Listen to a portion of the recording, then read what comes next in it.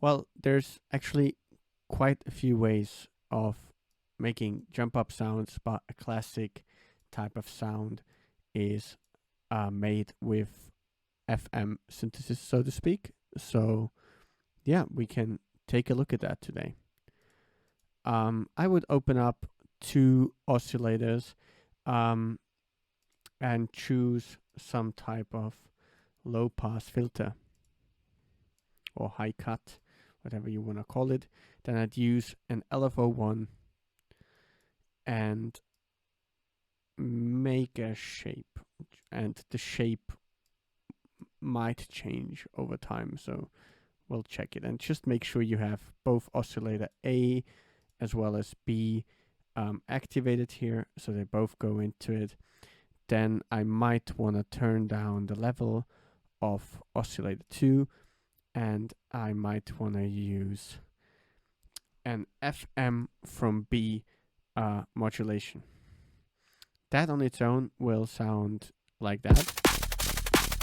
Sorry, I've left the drum loop on, which is going to help us kind of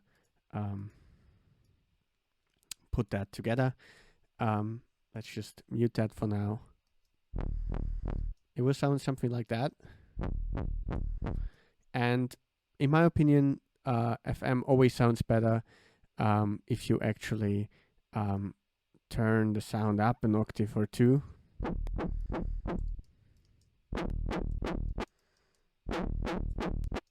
And sometimes even 3. And you already get that. I love jump up tunes of that kind of flow as well. And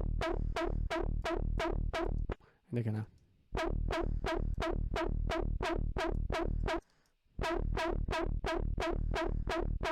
You can try one with that. And often there's a fifth harmonic, like a perfect fifth.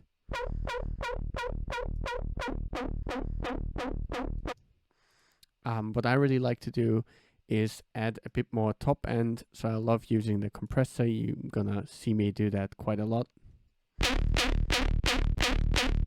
think it just makes the sound way more upfront.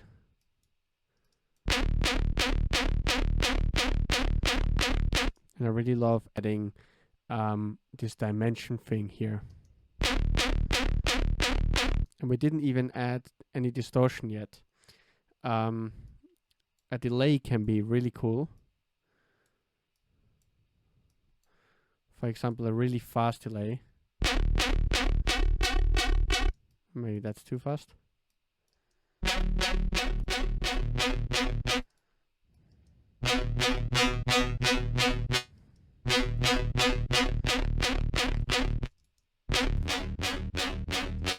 And that's something I hear quite a lot in jump up tunes.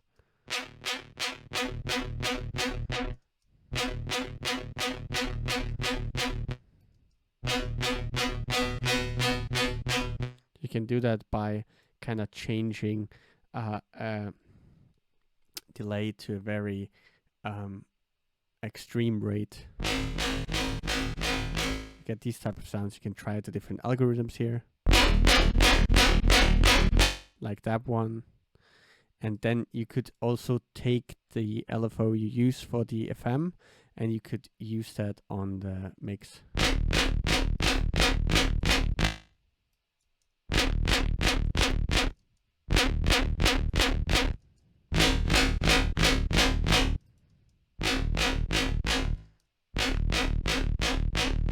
That kind of gives you that feel. I do, however, most of the time prefer to do it on in a different delay because I don't want it to affect the serum. You can split the signal as well, but I'm gonna show you how to do that in a bit as well. I'm gonna add some distortion next.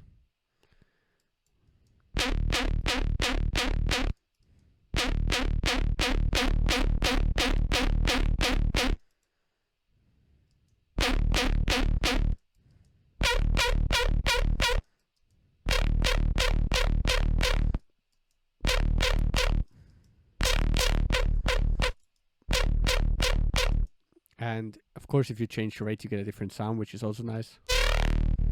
And put it on envelope or trigger.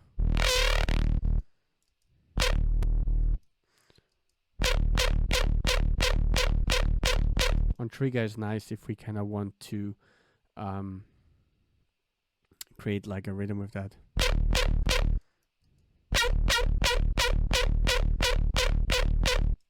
And to kind of give it that like jump up flair, I really like using cluster delay from Minimal Audio, but most delays will do. The cool thing about that delay is that it does have a high pass filter, which just means that I can take out the lows here, and we can basically essentially do the same. We use this button here and we make a really, really fast kind of delay here.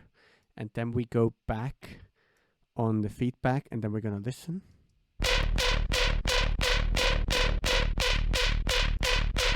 And there's different ways to do that. You can even go a bit harder.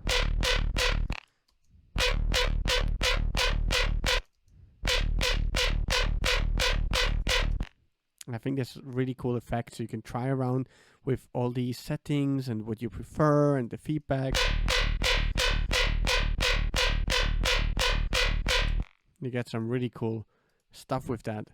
Obviously, then you can enhance that by, for example, using thermal, for example, for some distortion. Maybe even enhance that. Go through some presets. I also really like using Stab. It's kind of a cool plugin where you can basically transient shape any sound, and you can leave out the lows, for example. It makes everything super stabby. Then I can go back and kind of figure out how long the feedback should be.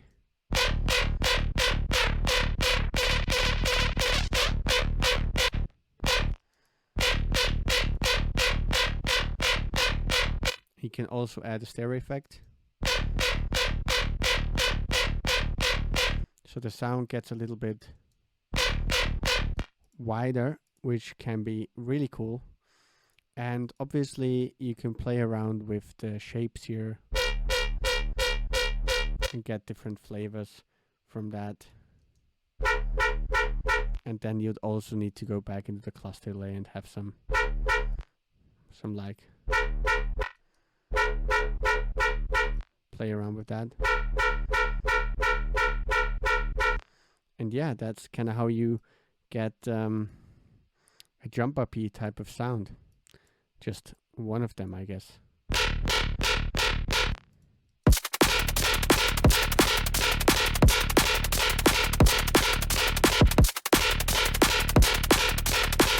And obviously this can be applied to different sounds, so it's a cool little concept, I think. Yeah, I hope you like that one, and peace out, guys. Rolling thunder.